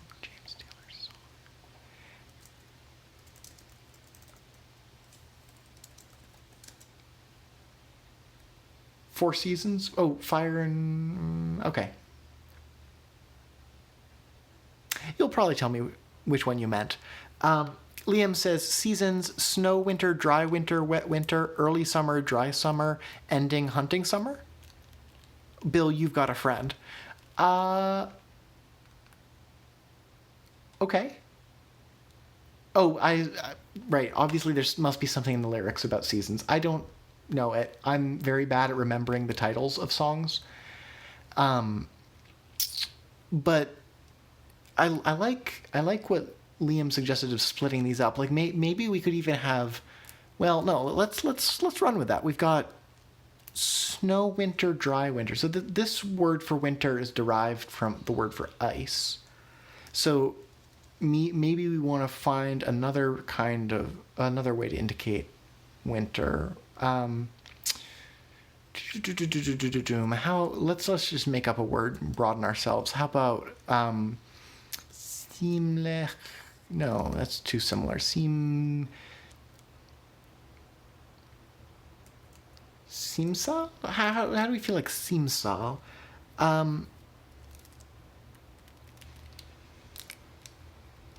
Winter, summer. Okay.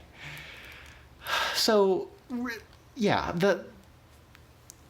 I don't really want to talk about translations yet, because actually translating things into a language involves a lot of stuff that we haven't gotten to yet. Like we aren't even able to make sentences yet. But there's good things to talk about how to translate poetry. And that's not really about how to make a language. Like there's just general how to translate poetry advice, which is about whether you're trying to translate what the words actually mean or like the feeling that they invoke. And I actually was reading a really interesting article about this the other week, where someone did two different translations of the poem The Jabberwocky into Japanese, because the poem, if you've not heard it,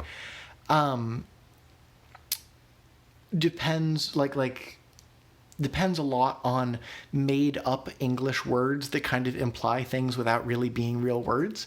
And so translating it is really difficult. And the article was talking about how you can choose to either translate what it's literally saying or try to translate how the poem makes you feel. And so anyway, that's something to talk about later when we're talking about register.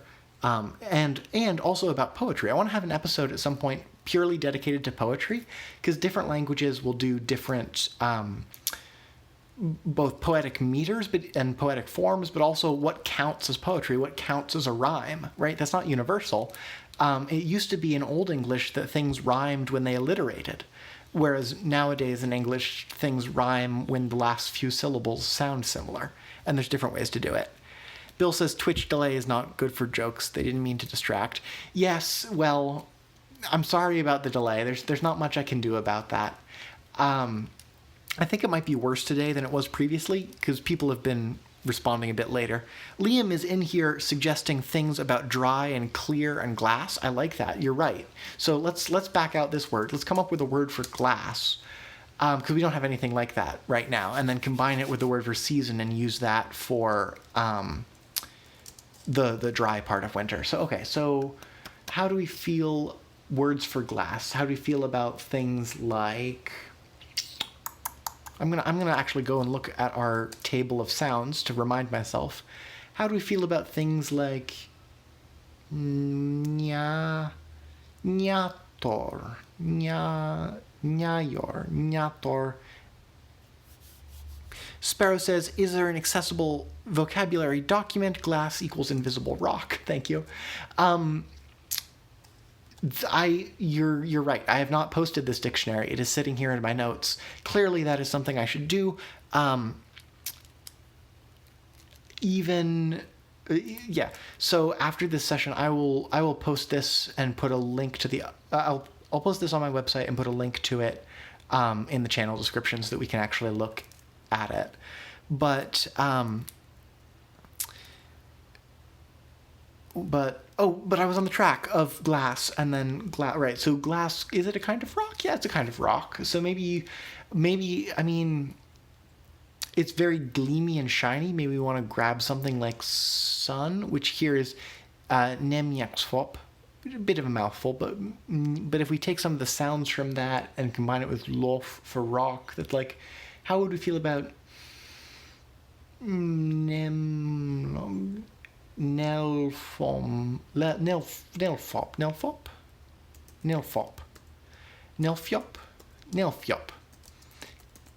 and then that gives us a very different sounding word for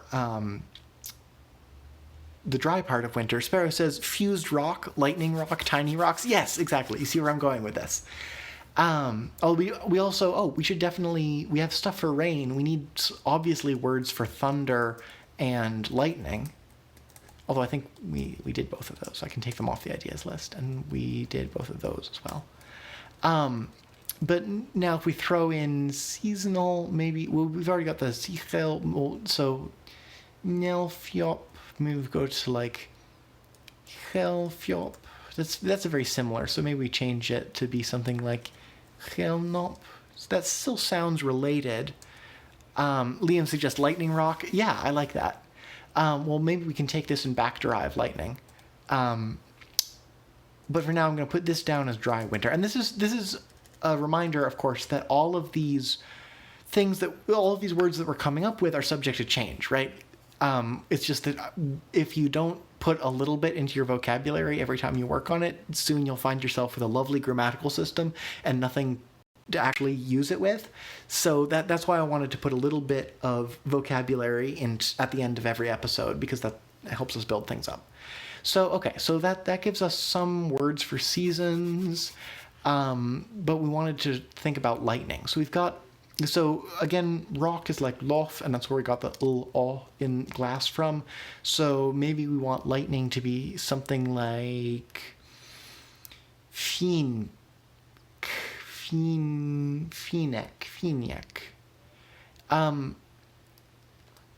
I'm not sure.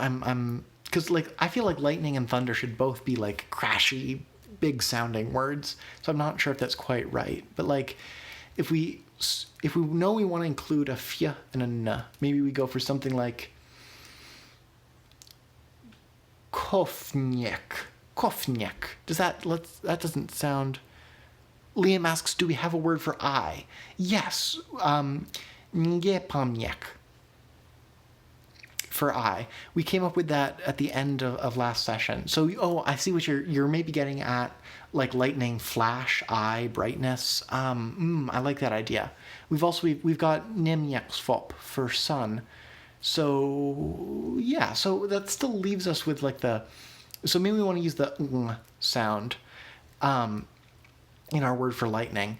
Like, so maybe we want to throw in something like, oh, that didn't, oh, that's weird.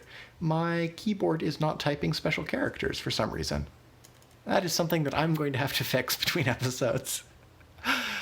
Oh, Liam, and a negative, like blinding, a negative sound. Oh, that's a great point. We don't have, I don't think we have a negative association yet, but we could, let's slip one in. And I definitely need to sort this so we can actually use it as a proper dictionary, but let's slip in, what do we feel is like a negative? How about something like,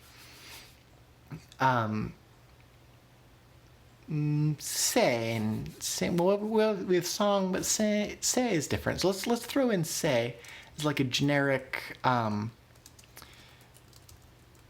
negative prefix, like what we would use anti and un for. Just nay. Yeah, nay works too. So throwing that at the beginning of I, that would give us something like ne pamyak. But that suggests that maybe the fact that ne got used in here before we actually used it as a prefix, maybe we just get rid of that and we call being blind something like pamye. I like the sound pamye. Grace says kye as the negative. Ne sounds too romance language. Yeah, okay, either way. If we swapped out kye, I still like the idea of taking the bit off the front and I still like the idea of the word for blind being something related to the word for eye, but with bits removed. That just sounds poetic. Although Liam likes Pam as a neg. Oh, so many options. Because we're almost, we have literally 30 seconds left. So instead of actually answering this question, I'm going to say this has been Let's Make a Language. Thank you so much for joining me. I will broadcast in another 2 weeks at this same time, which I should actually check what day that is going to be the 14th of August, I think. So I will see you all on the 14th, where we will be talking about the other grammatical stuff we mentioned today, the causative, as well as talking about basic grammar for nouns and making our first sentences. Sparrow says that she's been live tweeting as LFS Alton. Wow, how lovely. Okay. So I think that's everything. Thank you everyone so much for joining me again for another lovely episode of Let's Make a Language, and I will see you all August 14th. Oh, that was not the button that stopped the stream. This is the button that stops